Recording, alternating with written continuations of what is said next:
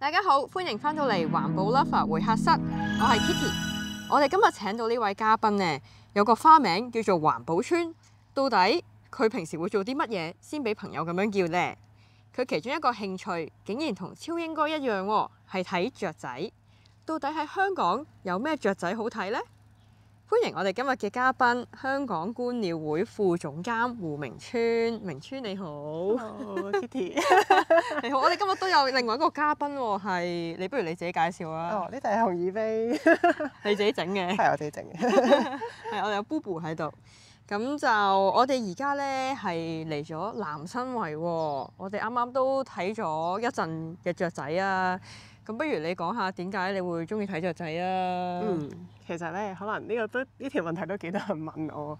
咁其實我本身最開頭我係中意大自然先嘅，即係我覺得喺大自然好舒服啦，同埋即係係咯，即係好開心見到好多唔同嘅景色啦，同埋動物。咁後來就係讀書，我本身都係讀翻啲同環境有關嘅科目啦。咁都有機緣巧合之下，其實我唔係睇雀先嘅，其實我係睇蝴蝶先嘅。哦，係咁係數蝴蝶咁樣啦。咁後來就係入觀鳥會之前咁啱又有上下啲觀鳥班咁樣，係上咗觀鳥會嘅觀鳥班，咁就先至開始睇雀。咁其實雀仔係好得意嘅一個動物啦。咁同埋即係佢好可愛咁嘅樣，咁所以即係就會越睇你會越中意佢咯。咁同埋你都會好想去即係幫佢保護呢啲雀仔啦，保護呢啲雀仔嘅佢哋住嘅地方啦，去用嘅地方啦。咁所以就係啦。咁今日都繼續喺香港觀鳥會做咯，就係咁。係咯，你話你都做咗10年喎。咁你係由細個已經開始中意呢個大自然。即係你記唔記得係即係一開始係點樣開始咧？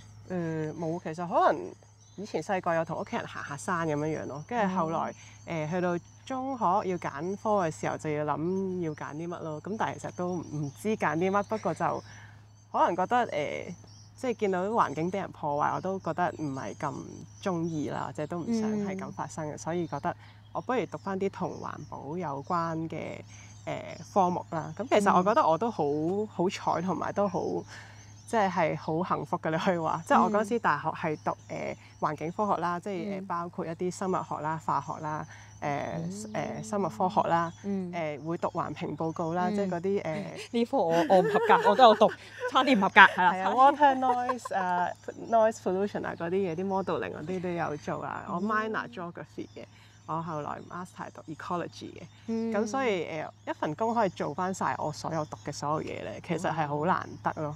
係呢個都係我諗都係機緣巧合啦，即係冇乜，即係我本身都冇諗過係做即係點樣做保育啊嗰啲嘢嘅。咁但係都係咁啱有人請，咁亦都入咗啲即係環保團體裏面做，咁就開始咗去即係去保護翻香港嘅環境，認識香港嘅環境啦，香港嘅發展啊、規劃啊，即係保育嘅歷史啊，咁而睇下點樣繼續去即係保護翻香港有嘅一啲自然生態咁樣，係啊。咁喺香港觀鳥會做嘢啦，咁做咗10年，其實即係你係會即係每一日係做啲乜嘢咧？不如你講嚟聽下，即係咪淨係睇雀仔啊？好多人都問，其實香港觀鳥會係做乜嘢？即係大家以為係哇，咪睇雀，日日都睇雀，日日喺米埔係咪？你哋翻工係咪喺米埔啊？其實就唔係嘅，我哋即係當然數雀係我哋其中一個即係工作嘅其中一個主要部分啦，或者係帶人去睇雀啊，去認識雀仔都係我哋嘅工作一部分。即係譬如教育呢啲都係。咁但係我哋另一部分就係可能去同一啲在地一啲嘅人士合作啦，即係譬如同一啲漁民啦、農夫啦，或者係啲村民合作咧，去管理一啲嘅土地。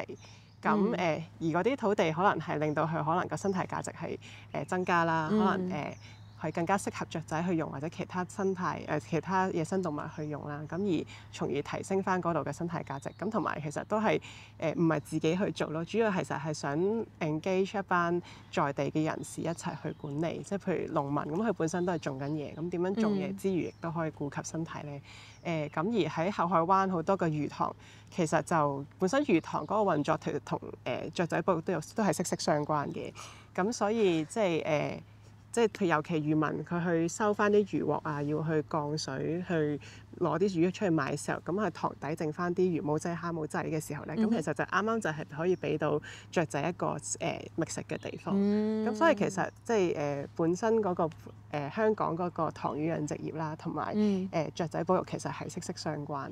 咁所以我哋都同漁民合作，都合作咗12年咯。咁最近我哋都有同即係大嶼山嗰啲村民去合作啦，係啦，咁都係復耕翻、修復下啲農地同濕地，咁希望都提升嗰度嗰啲生態價值，同埋都可以種，即係以前嗰度都係種米，咁我哋都種翻啲米俾村民都可以去回憶下，即係嗰陣時佢哋見到細個見到嘅場景係點樣樣，係。咁同啲漁民一開始合作嘅時候咧，佢哋即係使唔使去同佢哋傾好耐，咁佢哋先會去即係明白你哋想做嘅嘢嗰個目的咧？其實都係嘅，即係呢個都係我諗做呢啲合作最好關鍵，但係都係最難咯。但係如果做得到嘅話咧，其實都係成功嘅其中一個好重要嘅因素。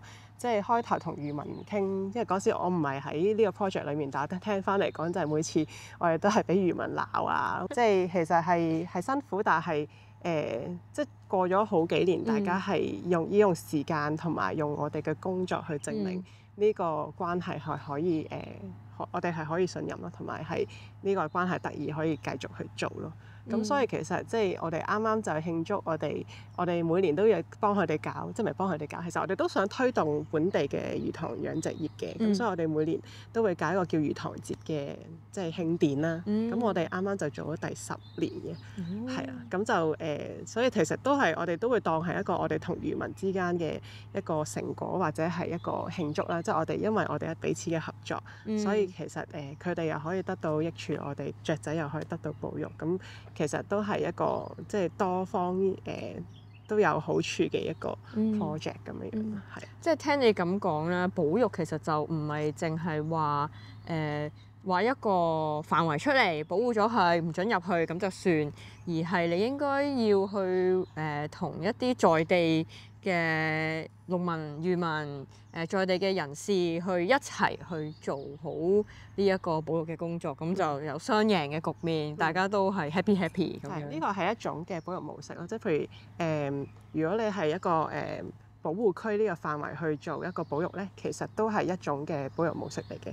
咁而我哋呢種咧，其實都係另一種嘅保育模式咁樣樣咯。即係譬如Ramsar Site 裏面，即係拉姆細濕地裏面，咁有啲係可能係 core zone，就可能係需要做一啲 restricted area。咁但係譬如出面啲魚塘，其實都同佢一樣咁重要。咁但係即係我哋會稱呢啲為之 wise use of wetland 咯。點樣可以保護到嗰個即係保育到個濕地之餘，都可以促進到一啲嘅經濟活動，例如魚塘養殖業啊嗰啲咁去做，但係都可以保護到啲雀仔。咁所以其實係幾種唔同嘅保育模式配搭埋一齊，其實都係得幫緊成個後海灣去做一個更加好嘅雀仔或者濕地保育。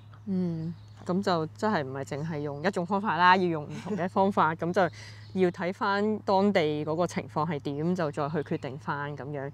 咁就我哋而家啦，例如我哋而家喺南新圍喎，咁即係你見到後邊啦，有好多紅樹。頭先我哋都講開，咁就係話即係如果啊，因為而家講緊呢啲要吸碳啊嘛，紅樹係一個碳匯。咁可唔可以再種好多好多紅樹喺度咧？咁樣咁，不如你答下啊。其實當初我諗大家都對於紅樹都有好多嘅期望啦。咁即係尤其可能對面深圳嗰邊，其實都做好多關於紅樹嘅保育嘅工作。咁可能當初大家都即係可能講好十幾廿年前，可能大家都即係諗住即係純粹想種紅樹，咁都係件好事嚟嘅。咁但係可能喺物種嘅篩選上面就變咗即係有一種係叫海桑嘅紅樹，就佢生得特別快。咁本身係去做成一個紅樹林都係特別快，但係亦都係就係呢一種係外來物種咯。咁佢比起我哋本地嘅紅樹會生得更加高啦，更加快啦。咁反而係窒礙咗我哋本地一啲嘅紅樹嘅生長。咁所以尤其係呢一笪地方就係多咗好多呢啲叫海桑嘅紅樹喺度即係生嘅時候咧，其實反而令到雀仔可以用嘅泥灘個面積係少咗咯。咁同埋佢生得特特別快咧，咁變咗一來本地紅樹都生唔到啦，即係有啲俾人好似擁埋咗嘅感覺。咁二來就係其實見到以前咧呢個南生圍呢個我哋叫三角。即係呢個泥灘三角咧，其實都係一個觀鳥嘅熱點嚟嘅。咁但係即係如果我哋而家變相嗰個海桑，如果唔可以好好控制嘅話咧，其實就變咗雀仔可以用嘅地方越嚟越少。咁呢個我哋都唔想見到，所以我哋都會同唔同嘅政府部門去溝通，希望可以即係盡量可以喺合適嘅時間啦。因為始終呢個都係即係近保護區，咁所以都係要揀翻啲即係合適嘅時間去做翻呢個移除呢個紅樹即係呢個海桑嘅工作咯。係因為其實南生圍呢個位係好特別嘅，知點解話我哋呢度真係可以做嘢嘅時間係好短？因為即係譬如冬天，因為係候鳥翻嚟，即係好多候鳥翻嚟嘅日子啦。咁所以喺候鳥會用呢條河啦，或者出面個泥灘嘅位嘅時候咧，就都唔建議有好多工程咯。咁另外其實咧，南生圍嗰邊就亦都有啲路池嘅晚棲地，即係佢哋會夜晚會翻嚟瞓覺。因為咁啱咧，亦都後面我哋呢度咧，可能呢一個位度啦，之前都有發現係啲鷺鳥嘅晚棲地，即係又係夜晚會飛翻嚟瞓覺。然後又再幾年前咧，又發現咧喺嗰邊咧，啲鷺鳥又喺度捉賊咯喎，即係咧佢夏天又會攞嚟用嚟繁殖，咁所以夏天又繁殖啦，冬天又有雀仔嚟用呢度啲棲息地啦。咁究竟幾多時候先可以開工咧？咁就變咗可能一年得嗰一兩個月嘅時間，即係趁啲雀仔繁殖完，但係咧啲候鳥又未飛到嚟之前個少少嘅時間咧，咁先可以去做到嘢咯。咁所以其實呢個喺南生圍呢個位去做呢啲咁嘅移除工作啊，或者甚至一啲嘅發展，其實都係好大嘅即係挑戰嚟嘅。咁所以都唔容易。其實因為呢度本身都係一個你可以話係雀仔嘅福地啦。咁所以即係好多雀仔會喺呢度用，夏天又用，冬天又用。咁所以呢個就係正就係證明其實呢度根本就係一個福地，都好引嚟保育人士嘅關注啊，或者係觀鳥者都好中意嚟呢度睇雀咁。咁你講開啦，呢個位係雀仔嘅福地喎，咁咧會唔會都係人類嘅一個福地咧？即係嗱，再有啲 tips 就係呢個氣候變化，咁就會有水浸咁樣。咁呢個位其實會唔會幫助到第時有啲極端嘅天氣嘅情況咧？咁本身濕地係可以即係幫手去防禦一啲嘅，即係可能幫手令到個洪水唔會咁快去泛濫，去影響附近啲居民啊。咁呢個本身濕地已經擁有嘅，即係所謂吸水嘅功能，咁係會有嘅。好似個海綿咁樣。係啦，好似海綿咁樣嘅。咁但係即係全球暖化對於雀仔保育嚟講都有另外啲嘅威脅咁。即係譬如你海平面上升嘅話，咁變咗我哋而家用嘅泥灘已經少啦。咁如果佢哋都浸埋嘅話，咁佢哋啲雀仔仲可以用到啲咩地方咧？咁或者再極端啲嘅，即係如果連嗰啲濕地啊、魚塘都浸埋，咁啲雀仔仲可以去邊咧？即係呢個可能係講緊再長遠啲嘅 forecast。咁所以即係就算我哋而家 keep 咗啲魚塘，即係都有啲即係學者話其實都唔夠咯，因為而家保存而家魚塘都只係夠應付而家呢個狀況。如果萬一過咗，譬如我唔知啊，即係可能20年、30年，到時可能個全球暖化嗰個趨勢會仲更加嚴重。會啊，係啊，咁個海平面再上升嘅時候，其實到時就而家啲魚塘都未必夠用咯。咁我哋又點算咧？即係所以其實係要比而家我哋擁有嘅嘢要再進取啲去諗先得啊！即係所以都未必話淨係要保留而家。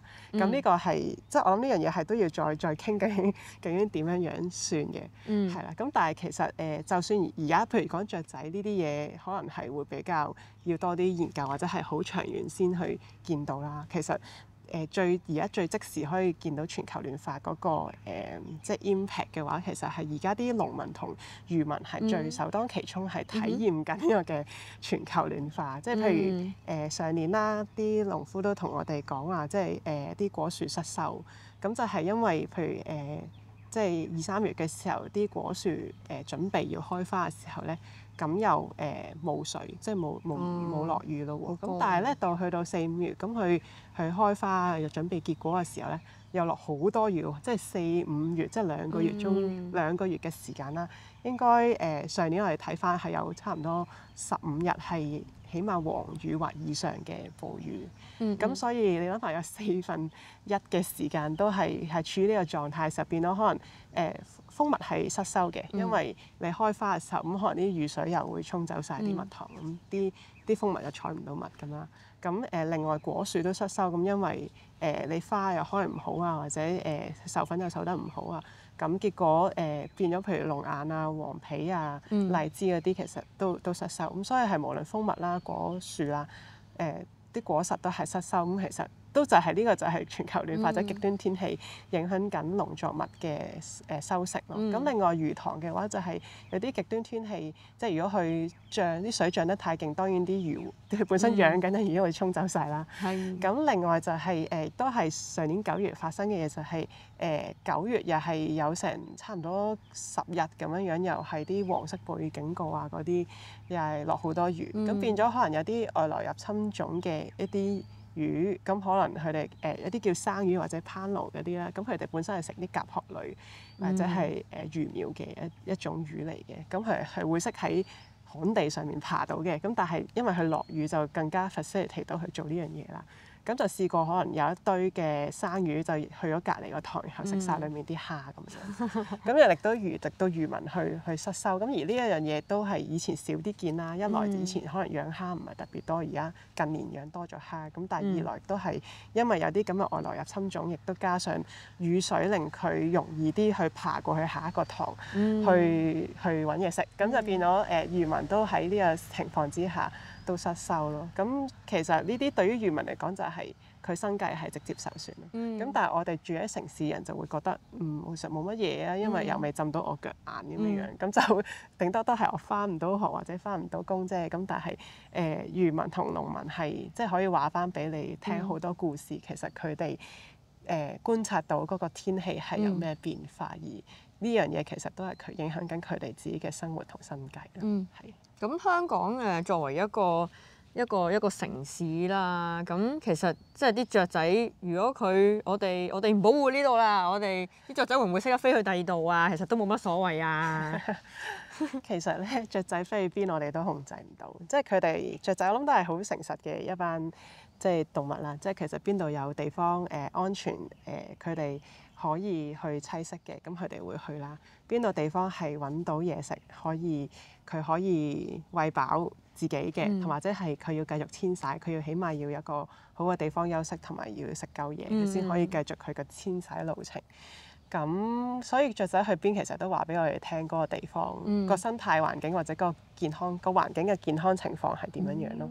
咁雖然雀仔同我哋嗰個距離好遠啊，即係好似佢死咗都唔關我哋事但係其實本身雀仔都你可以喺好多唔同地方揾到雀仔，其實同埋都係個幾廣泛同全面研究嘅一種物種。咁所以其實佢都係一個環境嘅指標咯。一個地方係咪宜居一個地方，一個地方算唔算係宜居嘅地方？其實都好睇。如果嗰個地方個生態環境係好嘅話咧，我諗都係人類宜居嘅地方。尤其即係我哋香港好多嘢都係入口啦，咁所以其實冇乜 feel 我哋即係去超市買嘢咁就得咯。咁只要超市貨架有咪得咯。咁但係如果你好似啲農民漁民咁，你係睇天食飯嘅，你係自己種翻自己嘢，你自己養翻自己嘢咧，咁其實個環境係好多嘢係幫緊你。即係譬如我點樣控制啲蜂蜜去授粉啊，或者係我點樣即係呢啲嘢你冇得控制㗎嘛。其實好多我哋享受緊嘅嘢，其實都係個環境俾緊我哋嘅，即係個空氣啦、乾淨嘅水啦、個環境。其實有啲時候你喺返工好大壓力，你都要出嚟行下㗎，係咪先？係啊，所以今日就要你出嚟傾偈，係一齊減下壓咁樣。咁呢個都係環境俾我哋嘅一啲嘅服務咯。咁我哋有啲時候都真係有少少 take it for granted，即係唔覺得佢哋係為我哋服務緊。咁所以其實我諗，譬如我哋做環保嘅就好想提返大家，其實環境俾緊我哋好多嘅嘢，只係我哋可能未必好懷疑，或者過往我哋都係冇留意呢樣嘢咯。咁我覺得而由而家開始又好啦，或者其實全球嘅大趨勢，其實都係想更加關注個環境或者生物多樣性。其實都係講緊我哋其實希望去提升我哋嗰個生活質素同埋嗰個可持續性。即係唔係淨係講緊你個住嘅地方有幾靚，而係呢個地方可以持續。即係呢個生活呢種咁嘅生活指數可以維持到幾耐？咁呢個都係一個重點咯，就唔係淨係睇而家當下呢一下咯。啱啊！咁就問埋你最後一條問題啦。你對香港喺2050年嘅時候有啲咩期望咧？更加多雀仔。當然我係希望啦，即係環境啊、保育嗰啲做得越好，越多越好啦。係。我哋船一間上嚟咧。我哋講埋一條問題，好快㗎啦。走㗎。係啊！我哋錄緊嘢。我哋係啊。係。我哋拍埋就行㗎，揸少少，揸兩分鐘嘅啫。係啊！好快，好快。好。頭先講到邊度咧？2050年當然我哋希望嗰個環境或者保育可以做得更加好啦，即係希望唔係淨係流於口號啊，或者淨係做一啲門面功夫，而真係可以將保育或者可持續呢樣嘢可以入到去每一個生活範疇，或者甚至每一個部門，或者係唔係淨係環境局做，或者唔係淨係漁護署、環保署做，即係所有人都去 own 到呢件事咯。